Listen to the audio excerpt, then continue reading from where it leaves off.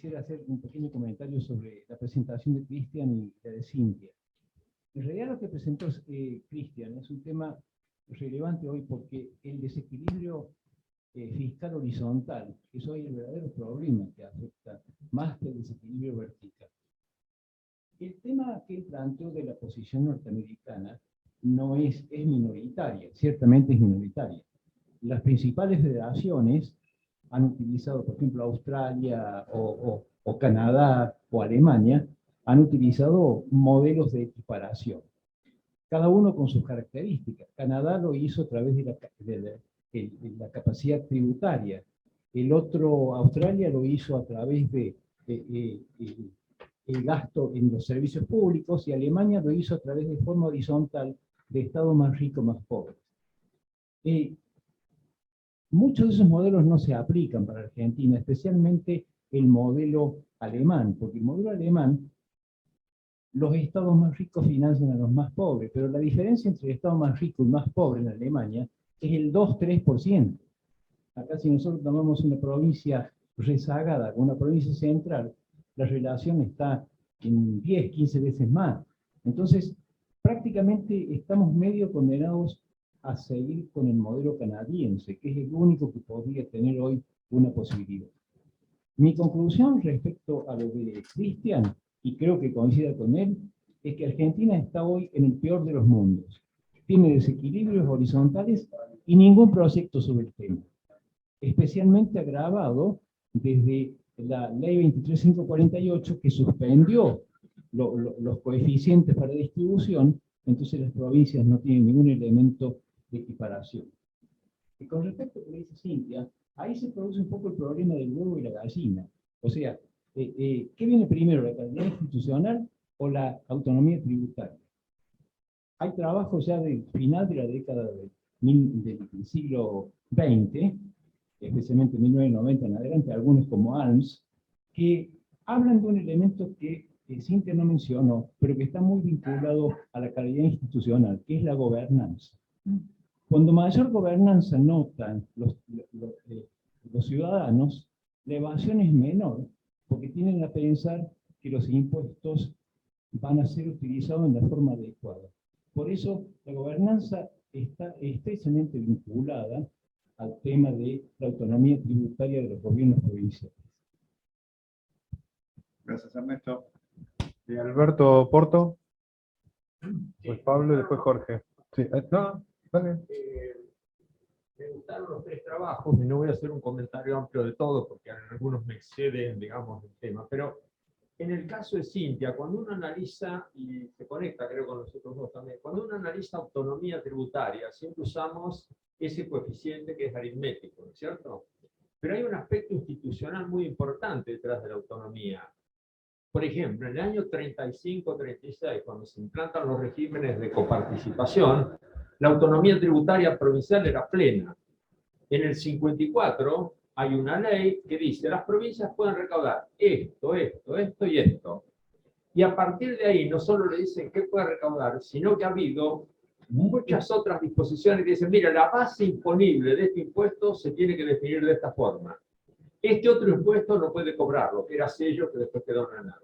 Y un paso más, es decir, además de limitarle la cantidad de impuestos que puede cobrar, la base imponible de esos impuestos, la alícuota no puede superar de tanto. Entonces, todo esto me parece que son aspectos institucionales, de gobernanza, de relaciones entre los gobiernos, que escapan, digamos, al coeficiente, ¿no? Y no sé si en la Unión Europea no existe así. Me estoy acordando de un artículo de Borcherding, no me acuerdo cómo se pronuncia, porque se escribe medio raro, que analiza cómo definir descentralización fiscal en Alemania y en la OECD. Pero bueno, ese era un pequeño comentario. Pablo.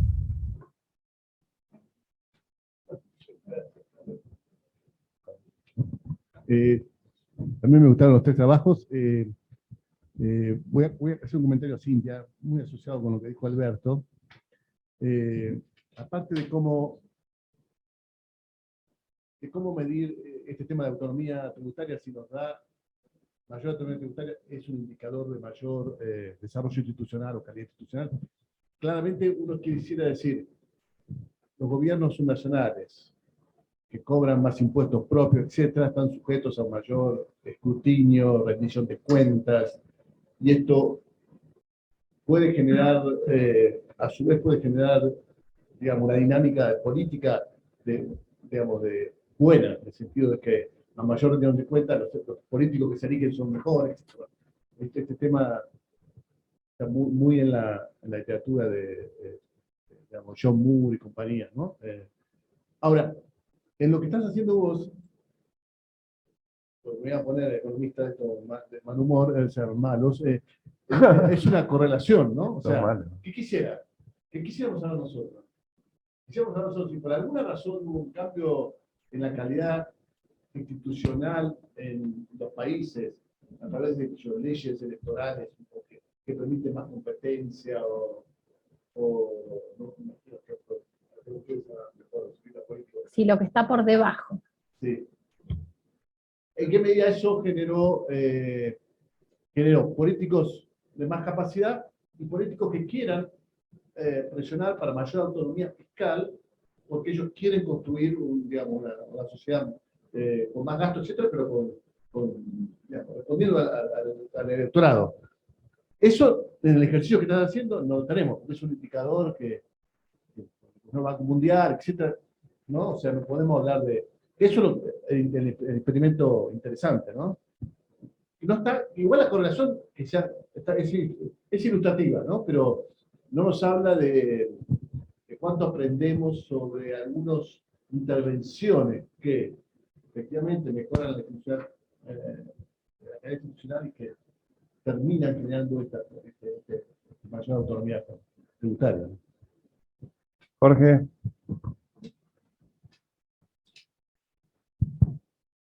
Bueno, gracias. Muy buenos las tres presentaciones. Mi comentario iba para Cintia. Algunos creo que ya lo dijeron. Lo que estaría bueno, capaz, bueno, hay poco tiempo en una presentación, pero mostrar alguna descriptiva de la evolución de estas variables en el tiempo, porque acá hay calidad institucional y Autonomía tributaria. autonomía tributaria. Digo, y estas son variables que no sé, uno en un periodo no imagina. Digo, Sí. ¿por qué? Porque después en la regresión entra con el desempleo eventualmente en una crisis puede, entonces, para tener un poco esas tendencias de comportamiento de las variables. Y lo que no sabía si las regresiones tienen un efecto fijo por año. No, justo eso por el tiempo no lo pude comentar, gracias por tu comentario. Okay. Tenemos diferencias, a ver, estamos viendo dos indicadores que tienden a ser bastante estables en el tiempo. Tenemos diferencias entre países, pero en el tiempo no. Entonces, esos efectos fijos son por país, por eso está aclarado arriba, pero no en el tiempo. Así que ese... No, chequearlo por el tema del coeficiente del desempleo. Capaz de cuando pongas eso, te captura ese coeficiente. El otro es el que dijo Ernesto, y que creo que es el que recién levantó Pablo, el que le hace ruido a cualquiera que lea un paper que es el de la endogeneidad y el de determinar la causalidad. Ahí se me ocurre algún instrumento de eso fuera de muestra, tipo los de Acemoglu, decir, bueno, no sé, la calidad institucional de un país se determinó con la invasión de alguien y usar esa exogeneidad como para convencer un poquito más de la causalidad. Y el último, que por ahí puede ser una extensión interesante, el índice de calidad institucional tiene un montón de dimensiones. Sí. De corrupción, hasta ese gobernanza, está en carpeta, sí. Y en las extensiones podría ser desagregar por dimensión a ver qué dimensión es la que nos explica. Sí. Economía. Gracias. Gracias. No, dale. No, gracias. Muy rápido y muy puntual para Marcelo Bernal. Me pareció que muy al pasar hiciste una referencia a que la Corte Suprema está empezando a pensar o fallar o hacer algo vinculado a que el Congreso cumpla con la famosa cláusula del régimen de coparticipación. Me interesó mucho, dijiste poco, me gustaría escuchar más sobre eso. Gracias. Bueno, si no hay más preguntas, yo también quería decirle algo a Marcelo Bernal. Nada, me interesó mucho la presentación porque desconozco absolutamente el tema, pero me pareció muy interesante esta cosa que la Corte Suprema es como que está asumiendo su rol, que la política no lo está haciendo. Pero también dijiste que está la posibilidad que incumpla la política lo que decide la Corte Suprema, y ahí, si percibimos que eso termina ocurriendo, pierde el poder la Corte Suprema. Nada, alguna reflexión sobre el tema. Entonces, en respuesta, vamos por algún orden. Si querés. Ay, perdón, Marcelo, me olvidé de vos, perdón. Cristian, ahí el tema de que no hay equiparación horizontal, a mí me parece que solo hay vertical, que hay alguna equiparación horizontal, porque no es un sistema devolutivo. Si fuera solo la vertical, debería ser plenamente devolutivo. El problema, y creo que es la idea que vos querés transmitir, de que no se sabe cuál es la equiparación horizontal que se quiere lograr. La coparticipación tiene coeficientes que no se explicitan cuál es el objetivo, y los otros subsistemas sí suelen tener algún tipo de construcción a través de indicadores. Pero hay mucha redistribución en la coparticipación, solo que es de mala calidad la forma en que se intenta equiparar, además que no está explicada, ¿cierto? Pero creo que sí hay que mencionar el tema de que es muy redistributivo. Sí, Alberto quiere hacer un último comentario. Una pequeña extensión por lo que vos le preguntaste a Marcelo, yo le hago otra pregunta vinculada. ¿Qué grado de obligatoriedad tiene una decisión de la Corte Suprema en ese sentido? Porque yo me acuerdo que cuando no había movilidad previsional, la Corte varias veces le pidió al Congreso que hiciera una movilidad previsional. No lo hizo, entonces la Corte amenazó: si no lo hacen ustedes, lo vamos a hacer nosotros. Y ahí salió la ley. No sé si hacen con coparticipación lo mismo, ¿qué puede ocurrir? Bueno, no sé quién quiere. ¿Vamos por ese orden así?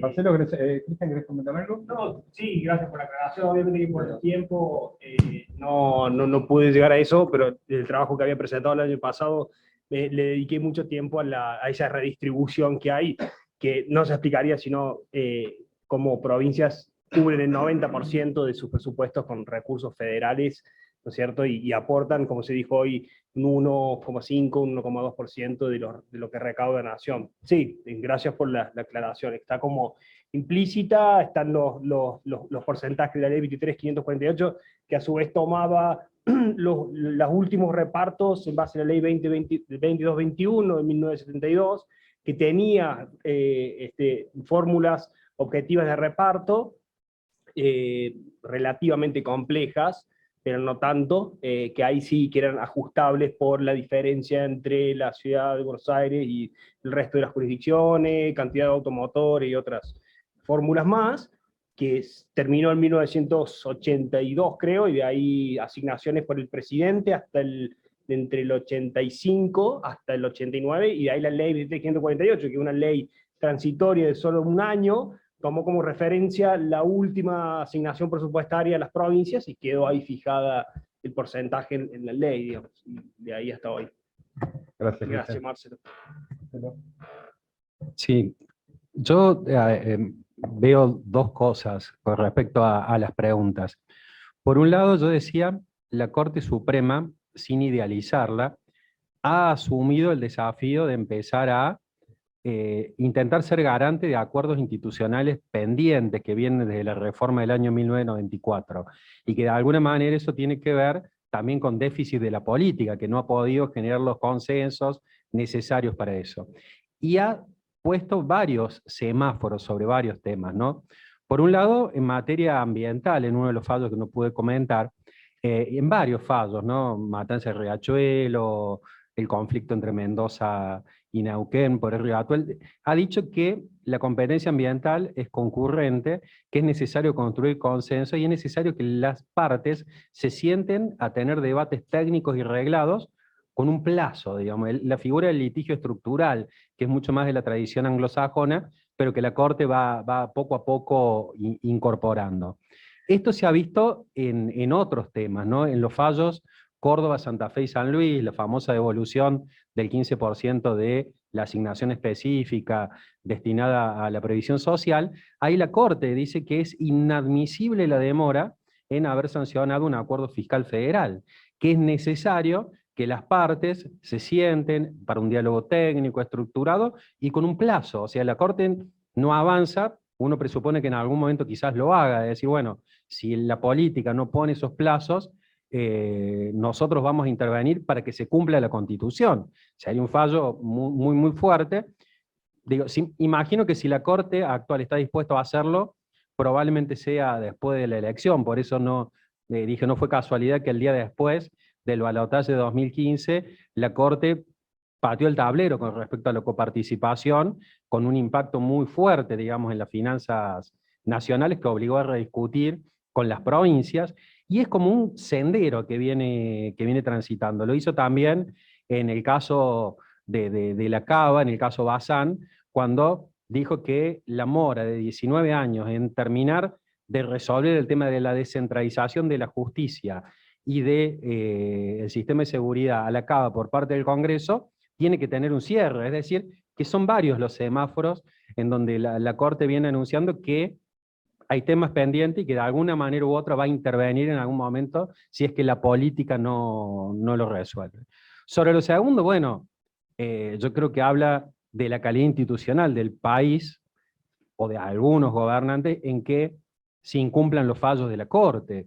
Digo, hay ejemplos y ejemplos, pero digo, en su momento fue un bonito presente griego el que la Corte le hizo a Macri un día después del balotaje, pidiendo que devuelva miles y miles y miles de millones de pesos. Sin embargo, bueno, ahí tuvimos la foto de un presidente con todos los gobernadores, discutiendo y pautando en el tiempo la devolución de esos fondos, y también están los ejemplos de incumplimiento, ¿no? O sea, tiene que ver con el aprecio que cada gobierno tiene con respecto a las cuestiones constitucionales en sí mismo.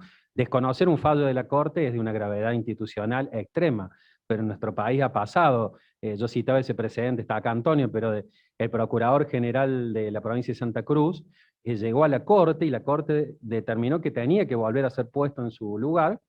El tipo hasta se jubiló sin haber podido cumplir con el mandato de la Corte. Bueno, eso habla de la calidad institucional. Sería, en términos teóricos, inadmisible que no se cumplan, pero hay precedentes en nuestro país y en el extranjero que hay gobiernos que no cumplen con la división de poderes, lisa y llanamente, ¿no? No sé si he respondido.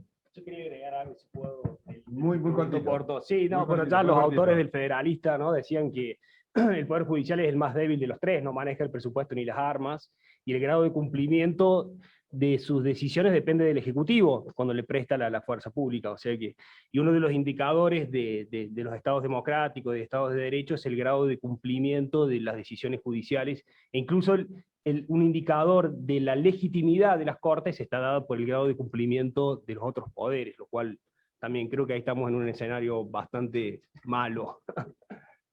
Gracias. Bueno, y Cerramos, Cintia. sí, brevemente me llevo un montón de tarea para el hogar, así que bueno, agradezco los comentarios. La bibliografía esa la consultamos, no sé si terminó incluida o no, pero la tenemos presente. Profesor Res, lo del tema de gobernanza en la dimensión de voz, podemos encontrar una relación ahí. Y bueno, me llevo más tarea con las recomendaciones y consejos de todos. Muchas gracias. Para la economía de Córdoba, encontramos que la variable de voz era determinante para la... Está, lo miramos, ya lo miramos, gracias. Bueno, me esperan un segundito, aplaudimos primero. No, por ahora tenemos el lunch, pero no sé exactamente... Ah, bueno, nos van a acompañar. Y volvemos...